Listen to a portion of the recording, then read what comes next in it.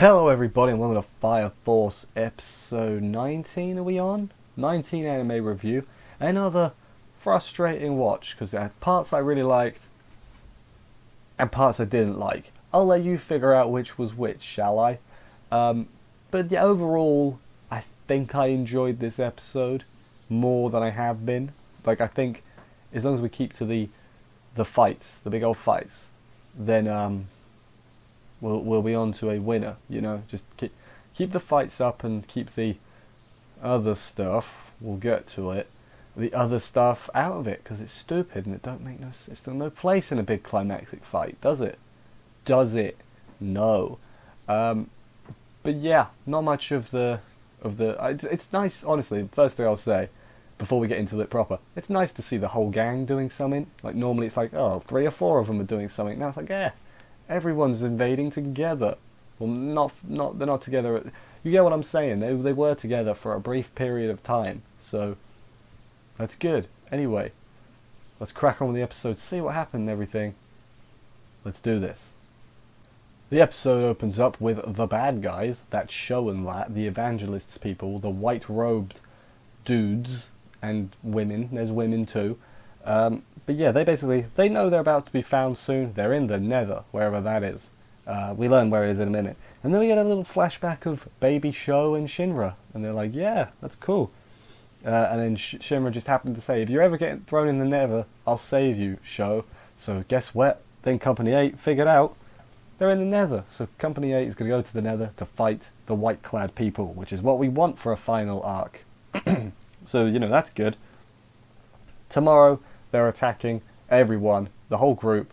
Feels like Lix and Vulcan have just got here, but fine. Also feels like we don't know any of the characters, really, you know, so... that's a thing that I've said multiple times, is like, I don't feel like I don't care about any of these characters. I don't feel like we know anything about them. Maybe that's just me. Also, you know, Fire Force's flaws have become more apparent.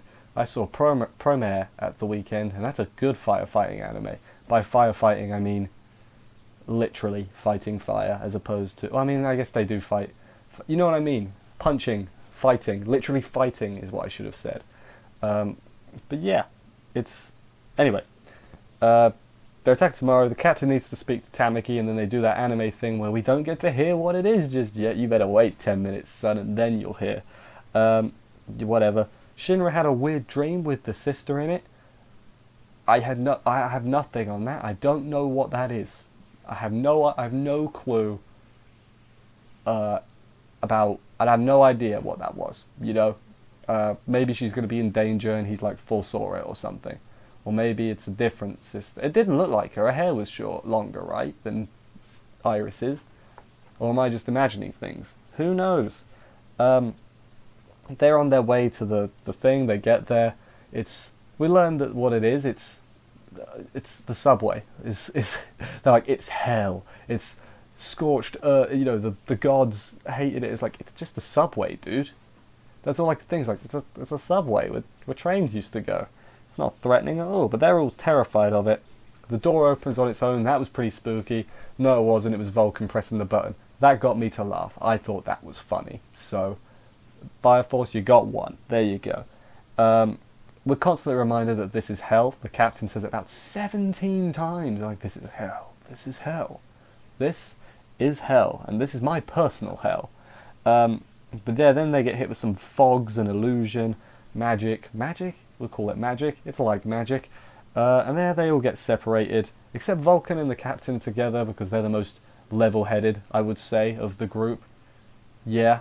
I'm double checking myself. They're probably, yeah, the most level-headed. And then Sho is like, send in. What was his name? I've really forgotten his name. Oh man. Assault the Slaughterer, making a big deal about Assault the Slaughterer. Remember this. He's one of their best. Assault the Slaughterer. He's a very threatening, strong, one of the best the White Cloud have got. Remember that. That'll come in to play later when I probably go into a tangent. And if you saw the episode, you know why I'm about to go into a tangent when we get there. But damn it, what were they thinking?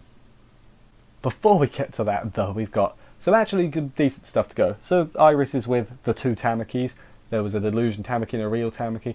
Don't know how she can't tell the difference. One of them, as real Tamaki said herself, one of them sounds like an old man. So that should be a pretty good indicator as to which one the fake one is. She figured out which one was real because all her clothes fell off. And she's like, you're the real Tamaki.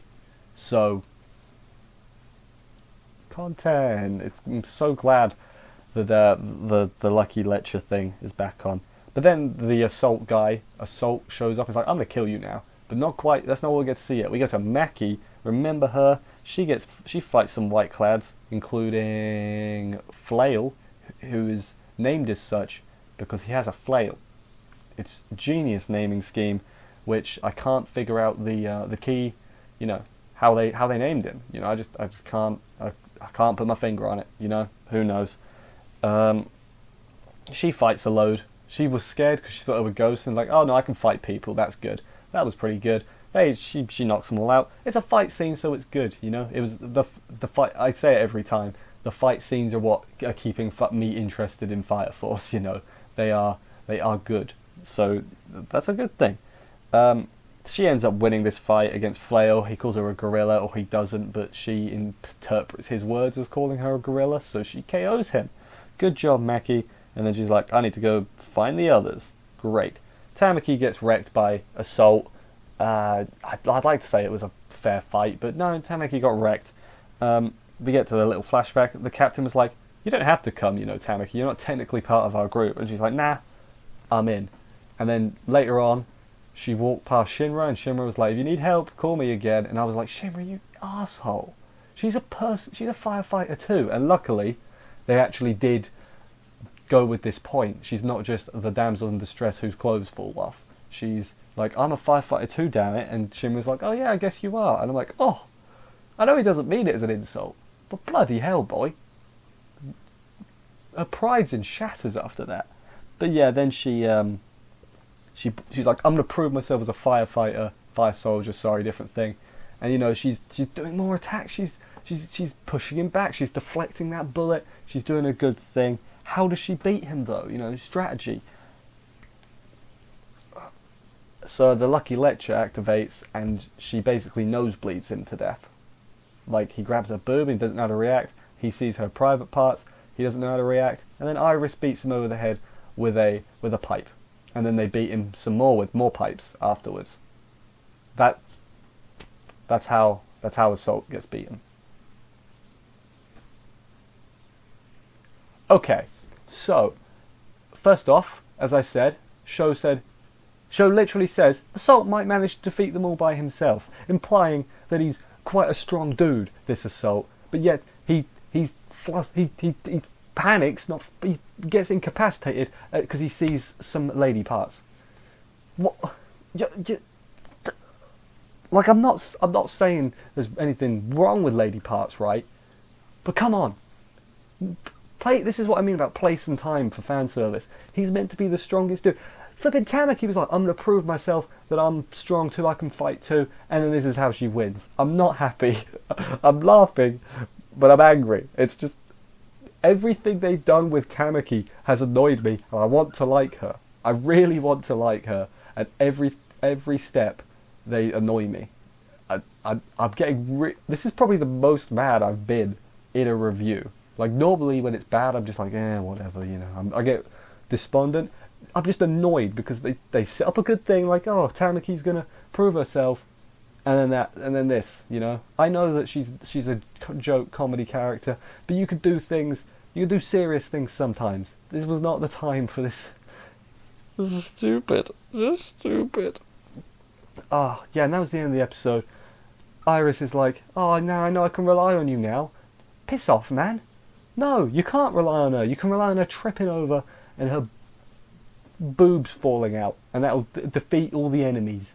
You know, might as well. Boob cannons, why not? Give her flipping stupid.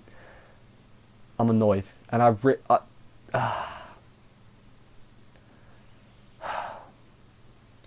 the end of the episode. Next week, I'm going to assume we're going to focus on Hinoa and Lex and Shinra and Arthur, the people we didn't see this episode, basically. So there's that. and hopefully, oh god, I think I'm out of breath because I'm legit annoyed. That doesn't happen often. Anyway, I think I'm gonna wrap this up here. Sorry if I've come to a bit of a downer ending. Like I said, I really did enjoy parts of this episode, but God, that last bit was so stupid. And I say I'm not against fan service, but you got to time it right. Ugh. Thank you everybody for watching this review. I hope you enjoyed it. If you did, consider subscribing and liking and commenting what you thought about the absolute bollocks that happened this week. I'm very curious to know if I'm overreacting or if this was annoyed anyone else, because it really annoyed me because I want to like Tamaki, but then every time they give me a reason to, they take it away, and I'm just not happy. I will see you next week for another episode of Fire Force, and bye guys.